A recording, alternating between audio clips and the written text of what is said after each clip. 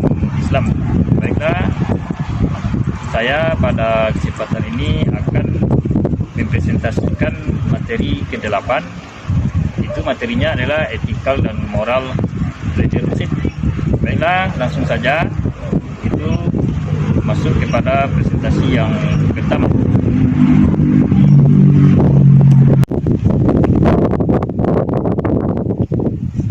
Baiklah, pada segmen yang pertama ini kita masuk kepada bagian abstrak. Pada bagian abstrak itu ada etikal dan moral leadership penting dalam pendidikan. Karena tanpa adanya etika dan moral leadership ini, maka pendidikan yang tidak sesuai memiliki nyawa. Selanjutnya itu menekankan integritas, keadilan dan tanggung jawab.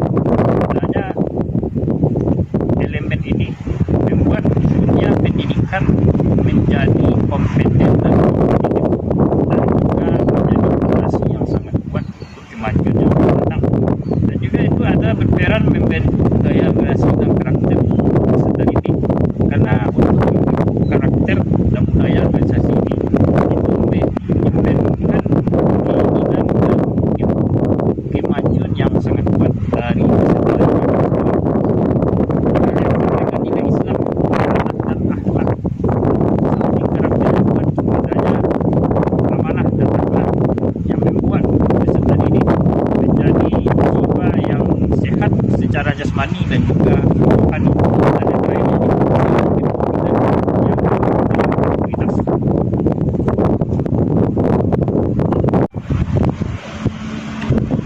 Selanjutnya kita masuk kepada latar belakang, di mana ada beberapa poin apa yang melatar belakangi paper ini dibuat. Jadi yang pertama itu adalah kepemimpinan menentukan kualitas pendidikan. Jika kepemimpinan itu baik, maka arah pendidikan itu juga sangat-sangat baik, dan juga tidak hanya manajerial tetapi juga etika dan moral. Jadi manajerial itu sangat penting, tapi harus ditopang oleh etika dan moral, kemana kompas itu harus diarahkan. Jadi pendidikan tanpa etika dan moral itu ibaratkan sesuatu air yang keruh dan tidak murni atau tidak jernih. Tetapi kalau ada etika dan moral di dalam pendidikan, maka air itu akan bersih dan akan menjadi banyak untuk dipergunakan untuk kegiatan masyarakat sehari-hari. Selanjutnya itu pendidikan berperan membentuk karakter. Jadi karakter itu sangat penting, bukan saja ilmu pengetahuan, tetapi mendidik karakter itu juga tidak kalah pentingnya di dalam memajukan pendidikan. Dan juga itu tantangan zaman menuntut integritas pemimpin, karena zaman yang sangat maju meminta pemimpin yang punya kapabilitas yang profesional untuk ke depannya.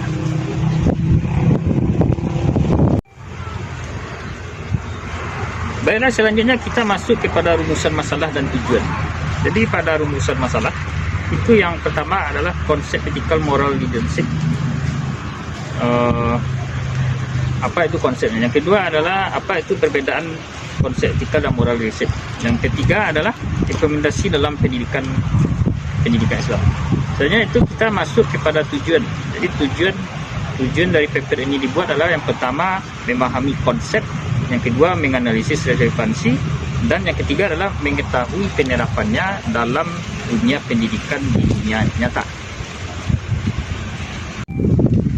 Sekarang kita masuk kepada konsep ethical leadership, di mana itu di dalam ethical leadership kepemimpinan itu harus berlandaskan atau berbasis nilai etika yang sangat baik atau mempunyai roh etika, di mana kepemimpinan itu menjadi sesuatu hal yang bisa diarahkan untuk mengarahkan pendidikan.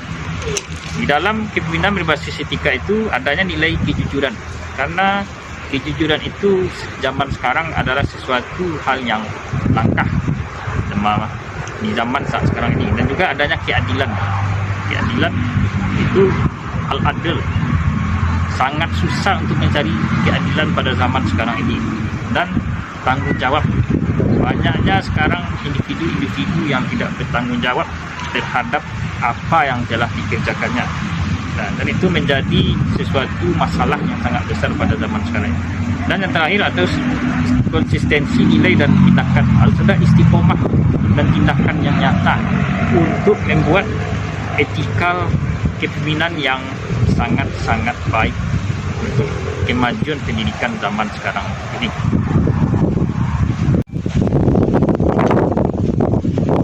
Baiklah, kita sekarang masuk kepada prinsip ethical leadership, di mana itu prinsip ethical leadership itu yang pertama adalah adanya integritas.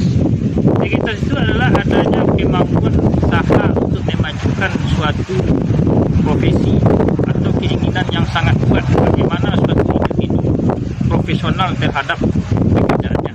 Dan juga adanya kejujuran, jujur dalam makna bertanggung jawab, dan juga jujur dalam berperilaku di dalam kepemimpinan itu sendiri. Dan juga adil. Adil ini sesuatu yang meletakkan sesuatu pada tempatnya di dalam memimpin sesuatu.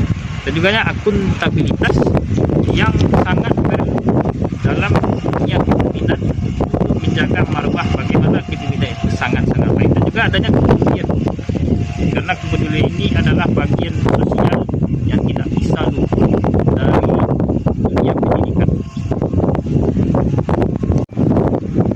Baiklah, kita sekarang masuk kepada dalil etika prinsip dalam yang mana artinya menyampaikan amanah kepada yang berhak menerimanya. Dan apabila kamu menetapkan di antara manusia, hendaklah kamu menetapkannya dengan adil. Ini menjadikan dasar apanya menjadi seorang pemimpin itu. Yang pertama, kita memberikan suatu pedoman atau arah yang tepat sasaran, dan juga menetapkan kemudian manusia, hendaklah kamu menetapkannya dengan adil.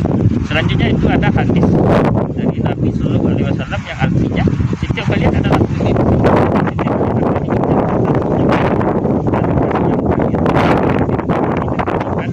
Apa yang kita pilih nanti di akhirat yang akan kita bertanggung dengan apa yang telah kita pilih.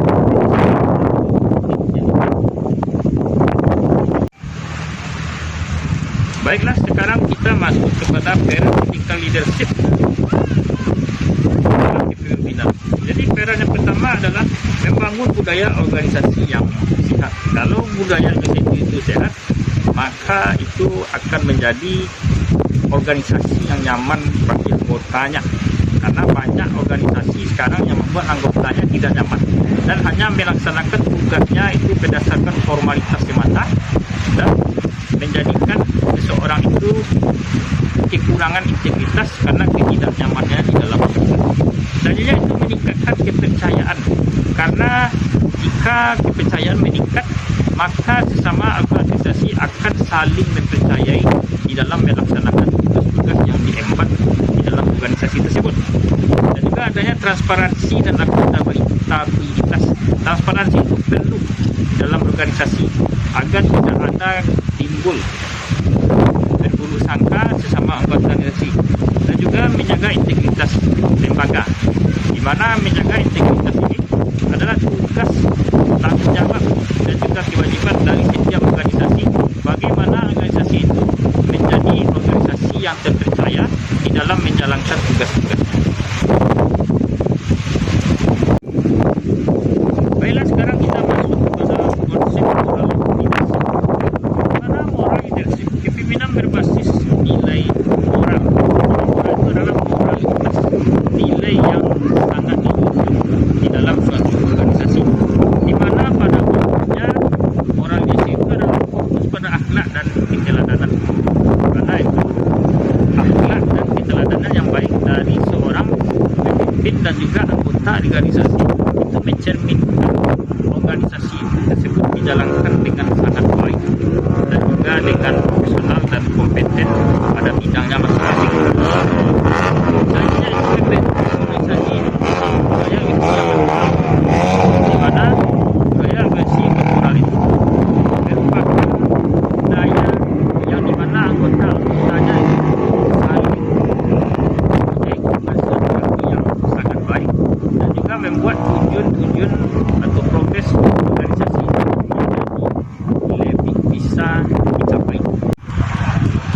Sekarang kita masuk kepada karakteristik moral leadership, di mana karakteristik leadership yang pertama itu adalah keteladanan pemimpin, di mana pemimpin yang baik itu adalah pemimpin yang bisa memberikan contoh yang baik, baik di dalam dia memimpin maupun di dalam pergaulan sehari-hari di dalam organisasi yang dipimpinnya. Sebenarnya itu pemimpin nilai kebaikan, di mana pemimpin itu harus menjaga nilai-nilai kebaikan yang berguna di dalam organisasinya itu.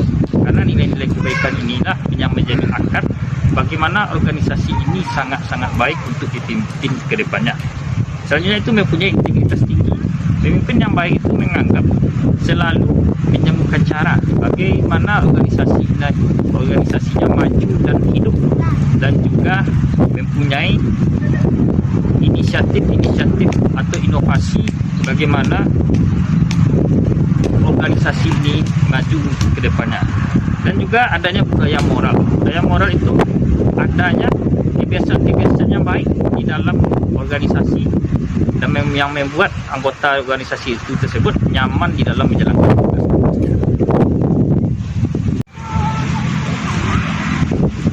Sekarang kita masuk kepada dalil moral leadership dalam Quran. Dalilnya itu surat Al-Ahzab ayat 21. Karena ayatnya berbunyi, laqad kana lakum fi Rasulillah uswatun hasanah. Nah, sungguh telah ada pada diri Rasulullah Shallallahu Alaihi Wasallam suri teladan yang baik bagimu. Ini menjadikan kita bukan saja pemimpin, tetapi juga sebagai umat Muslim itu bagaimana menjadikan Rasulullah itu sebagai contoh dan teladan dalam kehidupan sehari-hari, baik sebagai pemimpin, baik sebagai individu, baik sebagai pergaulan, semuanya menjadi contoh pada diri Rasulullah Shallallahu Alaihi Wasallam. Dan juga apalagi pada pemimpin itu sudah menjadikan harusnya menukil kehidupan Nabi di dalam memimpin umat pada zaman. Dan juga ada hadis Nabi yang artinya sebenarnya aku diutus untuk menyempurnakan akhlak yang mulia. Jadi akhlak yang mulia itulah yang dibawa oleh Nabi dan menjadikan progres utama di dalam dakwah Nabi untuk kemajuan zaman sampai hari kiamat nantinya.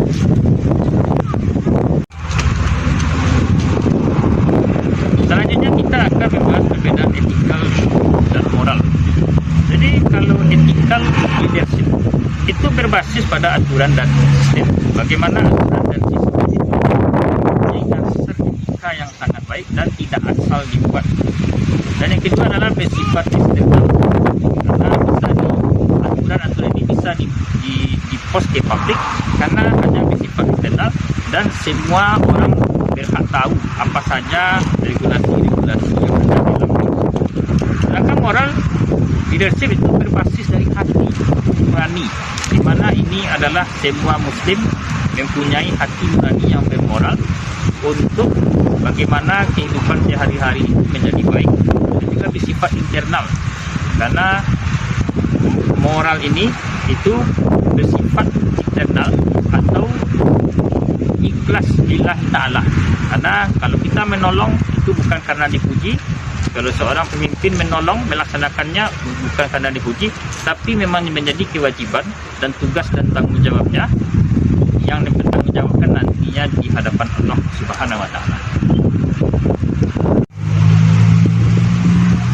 Selanjutnya kita masuk kepada perspektif Islam dalam kepemimpinan, di mana itu konsep kepemimpinan sebagai amanah yang harus diemban oleh seorang pemimpin. Mana kepemimpinan adalah tanggung jawab dan moral spiritual, tanggung jawab moral, tanggung jawab kepada Allah, tanggung jawab kepada Al-Quran, dan tanggung jawab bagaimana kepemimpinan itu dijalankan dengan hati yang bersih, dan juga dipertanggungjawabkan di hadapan Allah nantinya. Sedangkan nilai-nilai dasar kepemimpinan itu adalah adanya amanah dan juga keadilan, adil dan kejujuran sidik, di mana ini sudah dicontohkan oleh Rasulullah SAW di dalam memimpin sahabat dahulunya, di mana ini menjadi ciri utama pada Rasulullah, adanya amanah, adil dan kejujuran dalam memimpin, yang menjadikan bagaimana organisasi mendapatkan bonafit atau kepercayaan tinggi dari masyarakat. kita masuk kepada implementasi etikal moral leadership dalam pendidikan, di mana implementasi dalam lembaga pendidikan adanya keteladanan pemimpin, di mana ini dalam memimpin dalam dunia pendidikan menjadi sesuatu hal yang sangat penting dan juga menjadi jantung atau pusatnya bagaimana teladan akhlak baik bisa dicontohkan oleh pemimpin kepada organisasi dan juga kepada tenaga pendidikan, bagaimana jalannya sebagai seorang pemimpin menjadikan rasa pendidikan. Dan juga ada budaya etika organisasi, adanya budaya etika yang baik membuat anggota organisasi menjadi nyaman di dalam melaksanakan tugas-tugasnya. Adanya transparansi dan akuntabilitas yang membuat adanya keterbukaan dari setiap guru dan juga anggota-anggota lainnya. Dan juga keputusan berbasis nilai. Setiap nilai itu diambil dari keputusan yang tidak semena-mena, keputusan yang tidak dibuat oleh seorang pemimpin, dan juga keputusan yang mempunyai musyawarah di dalam mendapatkan persetujuan dari anggota-anggota organisasi lainnya. Baiklah, selanjutnya kita masuk kepada tantangan dan analisis etikal dan moral leadership pada zaman sekarang ini. Yang pertama itu tantangan pemimpinan di era modern, di mana di era modern ini zaman yang sangat edat atau yang banyaknya kekurangan etika dan juga moral leadership, karena adanya globalisasi dan komersialisasi pendidikan, adanya pendidikan itu dijadikan bisnis. Ada juga mindset organisasi itu bagaimana dia mendapatkan komersial yang sangat besar dalam menjalankan tugasnya. Jadi dia tugas karena mendapatkan komersial, bukan niat yang baik dalam hatinya. Dan juga krisis integritas pemimpin, banyaknya pemimpin yang tidak mempunyai integritas, pemimpin yang tidak kompeten, pemimpin yang tidak mempunyai kapabilitas pada bidangnya, pemimpin yang tidak mempunyai tanggung jawab, tidak mempunyai kejujuran, tidak mempunyai keadilan, itulah tantangannya. Dan juga konflik kepentingan dalam pengambilan keputusan, karena masih banyaknya nepotisme di dalam kepemimpinan saat sekarang ini, mementingkan orang-orang terdekat, mementingkan keluarga. Itulah yang terjadi pada saat zaman sekarang ini. Dan juga analisis dan solusinya itu diperlukan penguatan nilai moral sebagai fondasi kepemimpinan, karena moral itu sifatnya dalam hati, tidak tampak tapi bisa dirasakan. Moral yang kuat akan membuat seorang pemimpin mempunyai integritas tinggi, pemimpin mempunyai kejujuran, pemimpin mempunyai keadilan di dalam memimpin, dan juga pemimpin yang mempunyai tanggung jawab terhadap tugas-tugasnya di dalam organisasi. Kita masuk kepada kesimpulan. Di kesimpulannya, etikal dan moral itu sangat penting di dalam dunia pendidikan, dalam kepemimpinan. Karena moral itu menjadi penopang atau fondasi bagaimana kepemimpinan itu dijalankan dengan sebaik-baiknya. Selanjutnya menjadi fondasi tanpa etika dan moral itu pendidikan Islam tidak akan banyak berbicara pada zaman sekarang ini, dan juga membentuk karakter dan integritas tertinggi baik bagi pemimpin dan maupun anggota organisasi. Dan yang terakhir, etika dan moral ini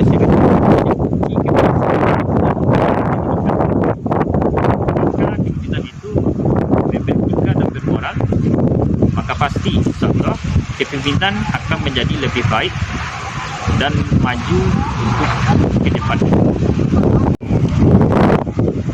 Itulah presentasi dari saya kelompok ke-8. Saya Pak Hidayat, kalau ada penyampaian atau kekurangan dalam membuat paper dan juga membuat presentasi, mohon dimaafkan, karena kesalahan ini datang dari kebenaran, datangnya dari Allah, dan kesalahan datangnya dari saya. Sekian dari saya. Dengan billahi taufiq wal hidayah. Assalamualaikum warahmatullahi wabarakatuh.